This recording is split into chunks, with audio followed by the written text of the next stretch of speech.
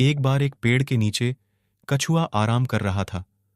उसी पेड़ के ऊपर चिड़िया अपने बच्चों के साथ एक घोंसले में रहती थीं। कछुआ चिड़िया के घोंसले को देखकर उसकी बहुत बुराई करता है।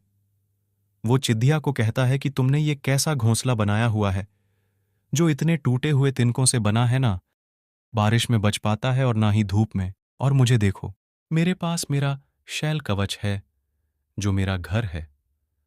तो चिड़िया कहती है, मानती हूं कि मेरा घर टूटे तिनकों से बना है, लेकिन मेरे घर में मेरे साथ मेरा पूरा परिवार रहता है।